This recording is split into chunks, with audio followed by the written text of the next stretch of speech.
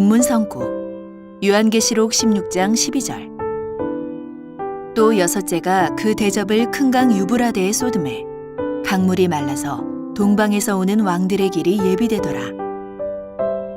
요한계시록 16장에 동방에서 오는 왕들, 한기총 소속 교단 장로교의 교리, 세상의 왕, 권세 가진 자들, 한기총 소속 교단 순복음의 교리, 중국의 연합군, 신천지 예수교 증거장막 성전의 교리, 하나님의 제사장이 될 사람들.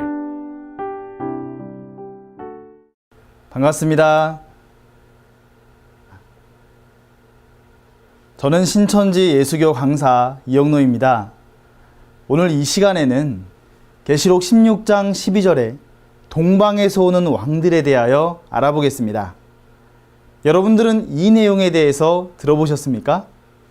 지금부터 저와 함께 세천지와 한기총의 교리를 서로 비교해보고 과연 무엇이 옳고 그른지 확인해 보도록 하겠습니다. 먼저 한기총 소속 장로교단 목사님의 말씀을 들어보도록 하겠습니다. 또 여섯째 천사가 그 대접을 큰 강 유브라데에 쏟음에 강물이 말라서 동방에서 오는 왕들의 길이 예비되었더라. 하나님의 진노의 심판은 계속되고 있습니다.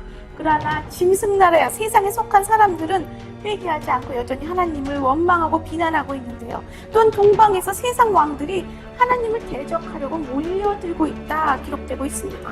왕들이 몰려오는 것은 세상 사람들은 그들이 두렵고 어렵지만 하나님은 그들의 척수가 되지 못합니다.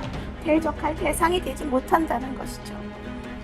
세상에서 존경받는 높은 왕, 또 권세를 가진 사람들, 그들은 하나님 앞에서는 그저 피조물에 불과하다는 것을 오늘 말씀을 보게 됩니다. 오늘 본문은 여섯째 천사가 대접을 큰 강 유브라데에 쏟을 때 강물이 말라서 동방에서 오는 왕들의 길이 예비된다는 내용입니다.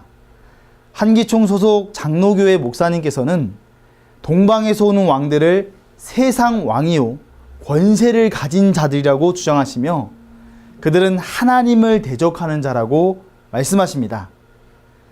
그렇다면 목사님, 세상에서 존경받는 높은 왕들과 권세를 가진 치리자들이 왜 하나님을 대적하는 것입니까? 그리고 하나님을 대적한다고 해서 과연 이길 수는 있겠습니까? 오히려 하나님께 혼쭐 날 것 같은데요. 그리고 이 대접에 무엇이 담겨 있기에 강물을 마르게 할 수 있는 건가요? 혹시 물 먹는 하마라도 담겨 있는 것인가요?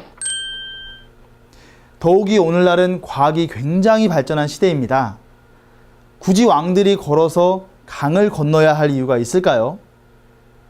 그래도 왕들인데 전용 비행기쯤은 타고 가야 되는 것 아니겠습니까?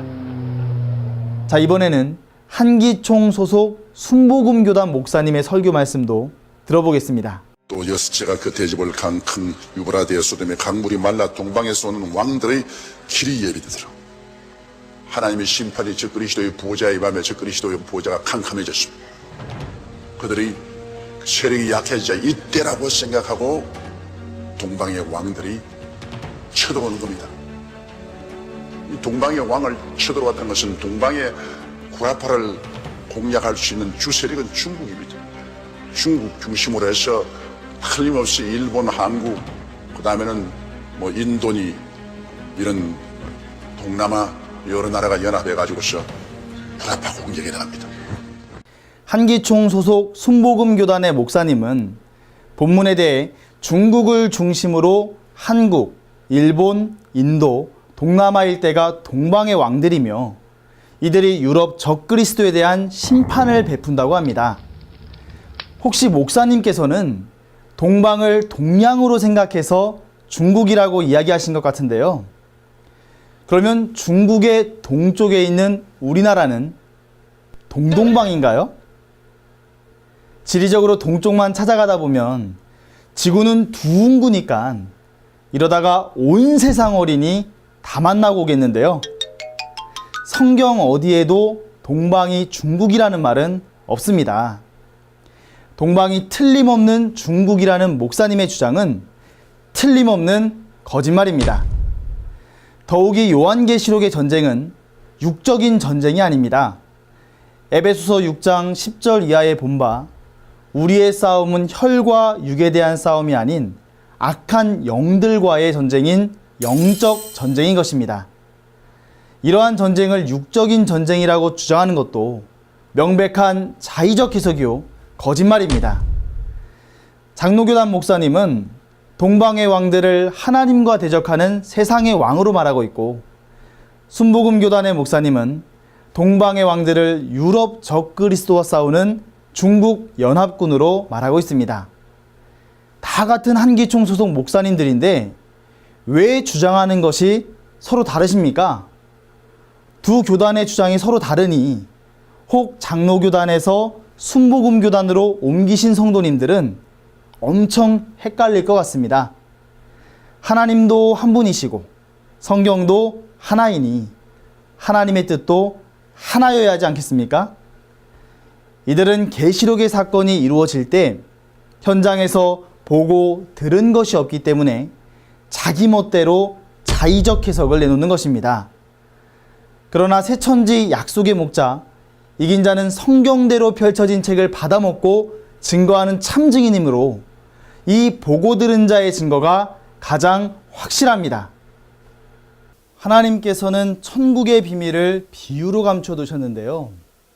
오늘날은 밝히 열리는 시대가 되어 새천지의 이긴 자를 통해 모든 비밀을 밝히 증거하고 있습니다.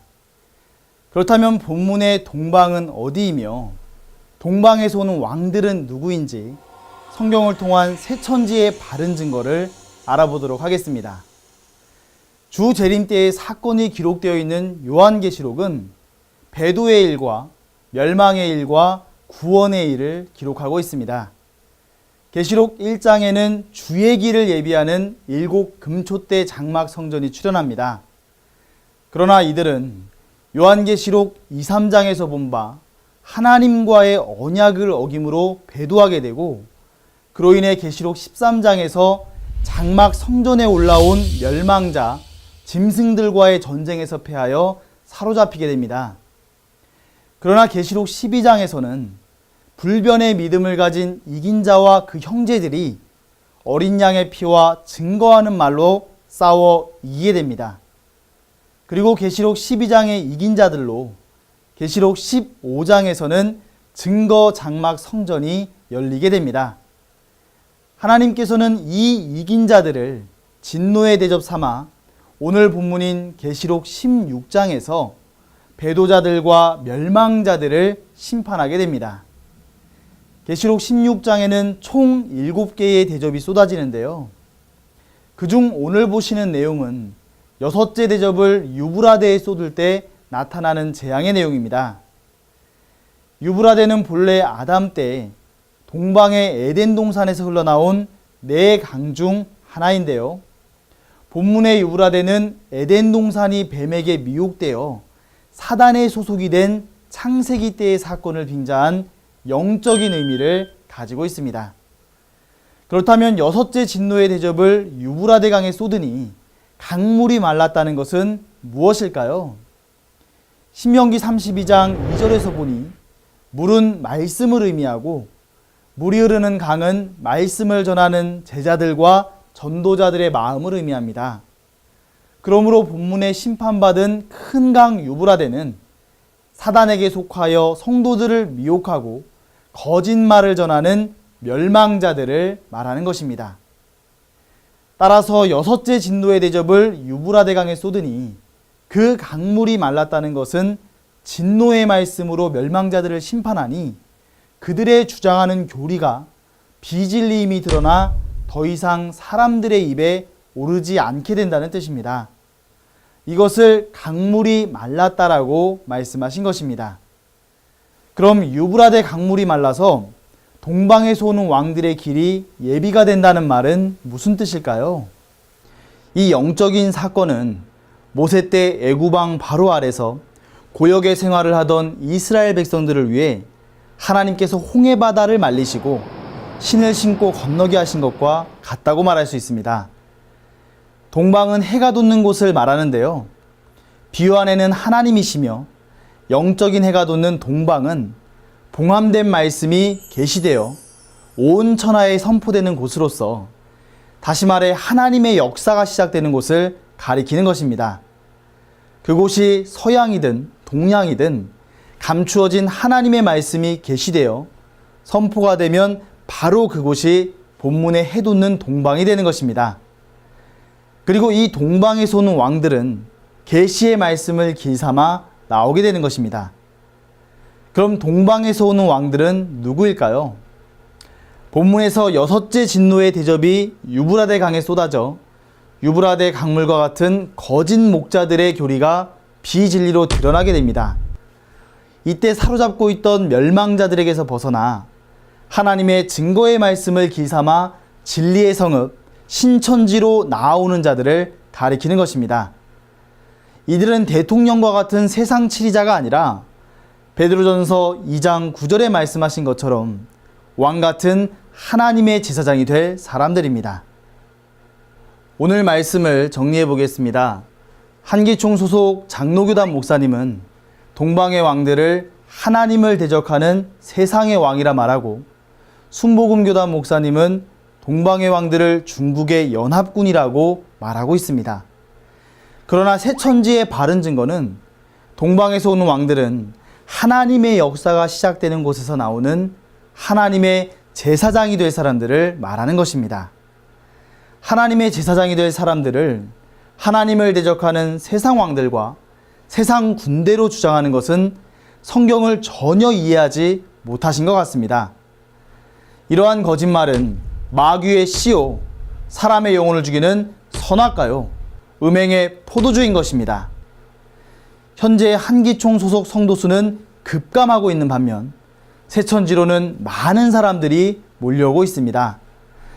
이는 마치 북한에서 생존을 위해 남한으로 넘어오는 탈북자들과 같이 생명이 없는 무덤 같은 교회에서 생명의 말씀을 찾아 신천지로 몰려오고 있는 것입니다. 그 이유는 무엇일까요?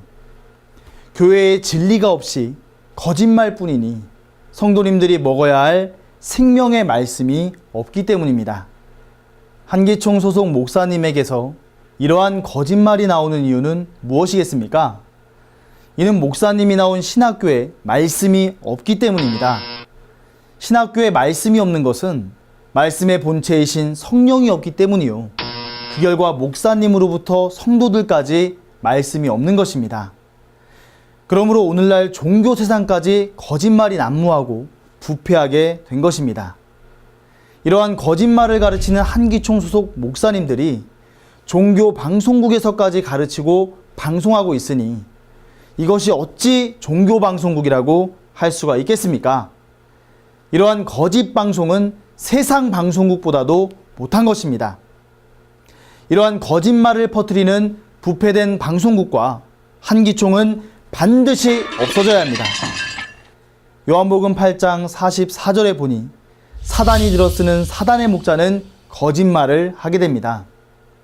거짓말을 하는 이유는 그 속에 마귀의 영이 있어 그 입을 통해서 거짓말을 하게 하는 것입니다. 그러므로 그 거짓말은 마귀의 씨요, 그 씨로 나게 되면 마귀의 자식이 되어 그 결과 지옥으로 가게 됩니다.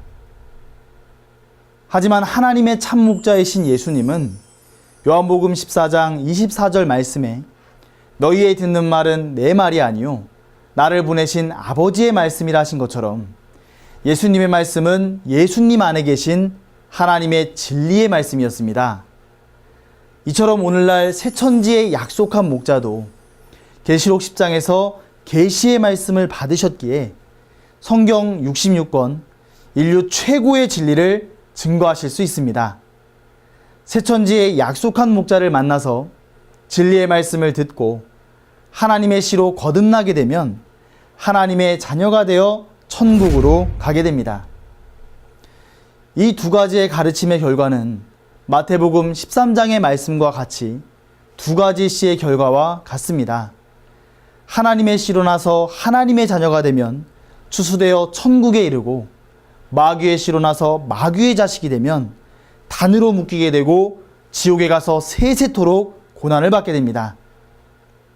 천국을 소망하는 성도 여러분, 오늘날 새천지의 참 목자가 보고 듣고 증거하는 증거의 말씀을 길삼아 천국에 이르시는 하나님의 가족이 되시기를 간절히 바라겠습니다. 감사합니다.